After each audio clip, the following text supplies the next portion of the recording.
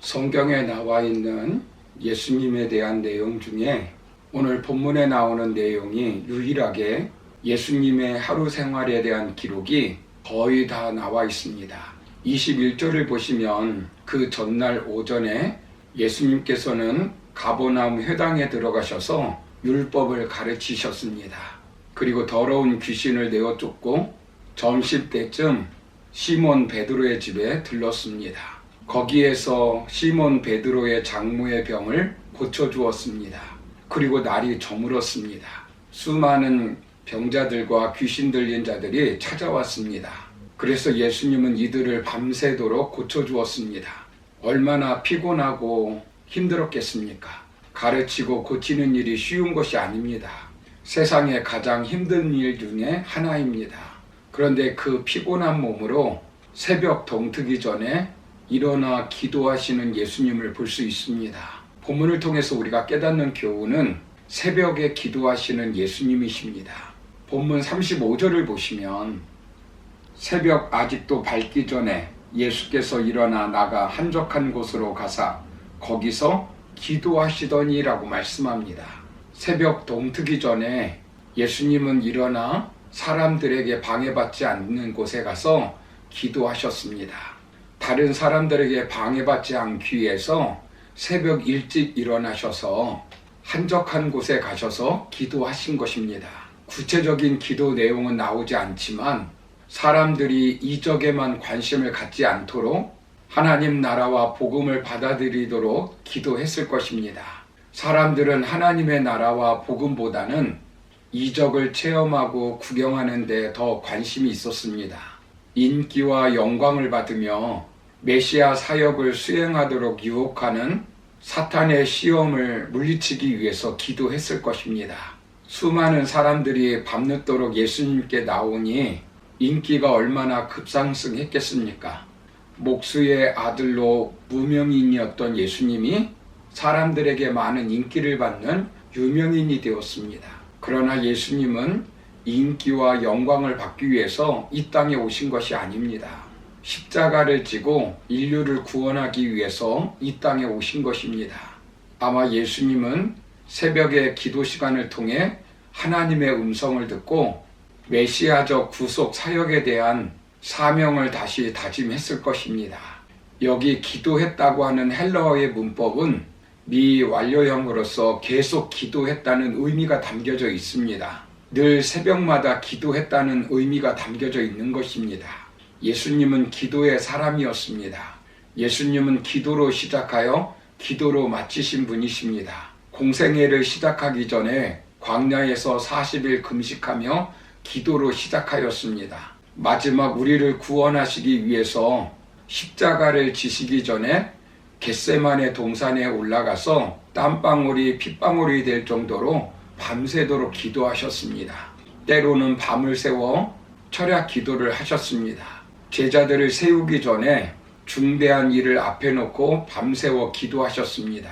우리도 기도하시는 본을 보여주신 예수님을 따라 기도하는 사람이 되어야 합니다. 예수님이 인간적으로 보면 얼마나 피곤했겠습니까? 그런데 늘 새벽에 일어나 기도하셨습니다. 아무리 바쁘다 할지라도 기도하는 시간을 빼먹지 않으셨습니다. 꼭 새벽 시간에 기도하지 않다 할지라도 시간을 정해놓고 기도하는 습관을 가져야 합니다. 다니엘을 보십시오. 한 나라를 다스리는 총리입니다. 얼마나 분주했겠습니까? 그러나 그는 하루에 3번씩 시간을 정해놓고 기도한 것을 보게 됩니다. 그 기도를 통해 힘과 지혜를 얻었습니다. 얼마나 그가 철저히 기도했는지 그를 시기하는 사람들이 그것을 통해서 죽이려고 할 정도였습니다. 그러나 그는 기도하면 죽는 줄 알면서도 하나님 앞에 기도하였습니다. 사무엘은 기도하지 않는 것을 죄라고 여겼습니다. 사무엘상 12장 23절을 보시면 나는 너희를 위하여 기도하기를 쉬는 죄를 여호와 앞에 결단코 범치 않겠다고 고백하였습니다. 세계적으로 위대한 일을 한 사람들은 모두가 기도의 사람입니다. 위대한 종교개혁자 존 칼빈도 기도의 사람이었습니다. 루터도 하나님을 잃어버릴까봐 더 많이 기도하였다고 합니다. 다윗 역시 새벽을 깨우리로다라고 고백하며 기도하였습니다. 죽는 곳 환락가는 새벽이 조용합니다. 그러나 살리는 곳 희망찬 곳은 새벽에 활기가 있습니다. 교회는 어둠을 열고 새벽을 깨우는 곳입니다.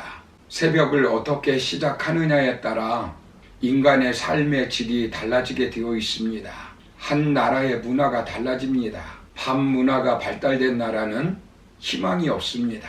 새벽 문화, 아침 문화가 발달된 나라가 희망이 있습니다.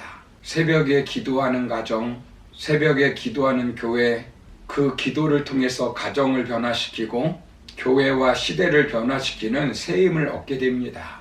기도는 하나님을 만나 대화하는 것입니다. 나의 사정을 아뢰는 것이고 하나님의 뜻을 깨닫는 것입니다. 하나님의 말씀을 통하여 하나님께서 무엇을 말씀하시는가를 듣는 시간이고 나의 사정을 하나님께 아뢰는 시간입니다. 하나님을 개인적으로 진지하게 정직하게 만나는 시간입니다.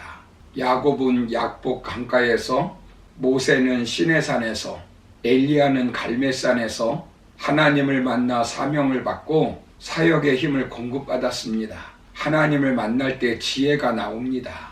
힘이 생기고 최대한 자신의 능력을 발휘할 수 있습니다. 미래를 계획하게 됩니다. 하나님을 만나야 얽힌 문제가 풀리게 됩니다. 하나님을 만나야 위로를 받고 하나님을 만나야 기쁨이 넘치고 하나님을 만나야 여호와로 인하여 즐거워하고 찬양할 수 있는 것입니다. 하나님으로부터 세임을 받아 세상에서 쓰임받고 위대한 일을 하고 싶으면 기도해야 합니다. 성경에 보시면 홍해가 새벽에 갈라졌습니다. 여리고성이 새벽에 무너졌고 야곱이 하나님을 만나 승리할 때가 새벽이었습니다. 예수님이 새벽에 탄생하셨고 새벽에 부활하셨습니다. 새벽은 주님의 음성을 듣기 좋은 시간입니다. 시편 143편 8절을 보시면 아침에 나로 주의 인자한 말씀을 듣게 하소서라고 말씀합니다. 그리고 새벽은 기도 응답받기에 좋은 시간입니다. 시편 88편 13절을 보시면 여호와여 오직 주께 내가 부르짖었사오니 아침에 나의 기도가 주의 앞에 달하리이다 라고 말씀합니다. 그리고 예레미야서 33장 3절을 보시면 너는 내게 부르짖으라 내가 네게 응답하겠고 네가 알지 못하는 크고 비밀한 일을 네게 보이리라 라고 말씀합니다.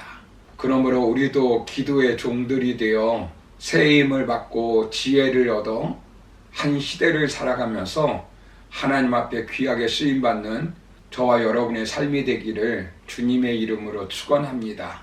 감사합니다.